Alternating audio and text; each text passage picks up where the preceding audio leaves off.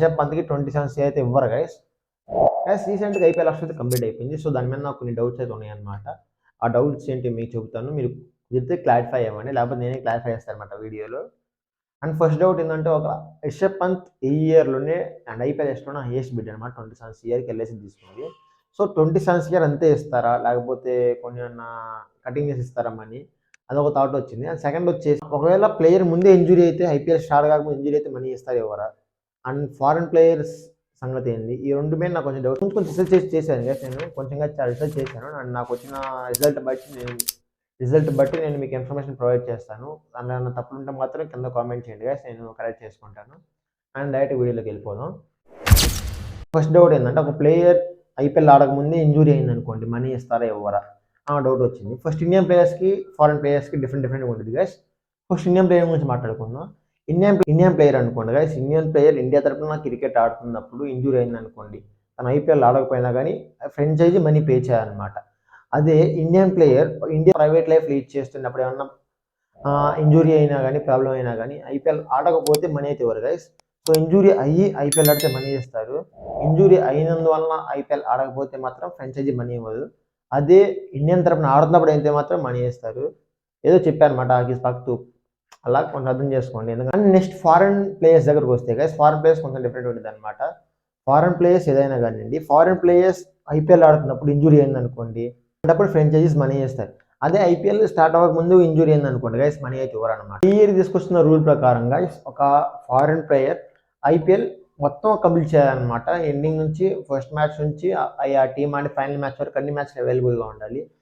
ఒకవేళ తను వేరే తన కంట్రీకి వెళ్ళిపోయారు అనుకోండి, తన దేశం తరపున మ్యాచెస్ ఆడడానికి. ఫర్ ఎగ్జాంపుల్ కాన్వే ఉన్నారు, కాన్వే సిఎస్కే తరపున ఆడతారనమాట. సిఎస్కే తరపున ఆడకుండా వాళ్ళ న్యూజిలాండ్ టీంలో మ్యాచ్ ఉంది, న్యూజిలాండ్ టీం కోసం వెళ్ళారనుకోండి, నెక్స్ట్ 2 years బ్యాన్ చేస్తారనమాట.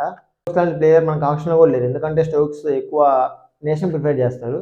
సో తను వెళ్ళిపోతూ ఉంటారు అనమాట మ్యాచ్ మధ్యలో. మనం చాలాసార్లు చూసాం, పుణె ఆడేటప్పుడు కానీ సిఎస్కే ఆడేటప్పుడు కానీ. సో అలాంటి ప్లేయర్స్ ఏంటంటే 2 years బ్యాన్ చేస్తారు, లేదా తన ఆప్షన్లోకి రాకూడదు. వన్స్ ఆప్షన్లోకి వచ్చినప్పుడు ఎవరైనా ఫ్రాంచైజీ తీసుకుంటే తను ఆ టీం వాళ్ళ అన్ని మ్యాచ్లకి అవైలబుల్గా ఉండాలి గైస్. లేకపోతే మాత్రం నెక్స్ట్ 2 years బ్యాన్ చేస్తారనమాట. అండ్ ఇది లేటెస్ట్గా పెట్టిన రూల్స్. అండ్ ఇంకోటి ఫైనల్ థింగ్ ఏంటంటే, ఇది మీకు ఒక ప్లేయర్కి 27 CR ఇచ్చారు, అందులో 27 CR నిజంగా ఇస్తారా ఇవ్వరా అనేది ఒక డౌట్, ఫైనల్ డౌట్ అనమాట. నిజంగా అయితే మన ఫర్ ఎగ్జాంపుల్గా రిషబ్ పంత్ తీసుకోండి. Rishabh Pant highest bid IPL హిస్టరీలోనే 27 CR. సో నిజంగానే 27 CR రిషబ్ పంత్కి ఇస్తారా? మీరు ఏమన్నా కింద కామెంట్ చేయండి. అండ్ నిజమైన ట్రూత్ ఏంటంటే గైస్, రిషబ్ పంత్కి 27 CR ఇవ్వరు. మ్యాక్సిమం ఇస్తే 5 to 18 CR ఈ మధ్యలో ఇస్తారు, కానీ 27 కోట్లు అయితే ఇవ్వరు గైస్.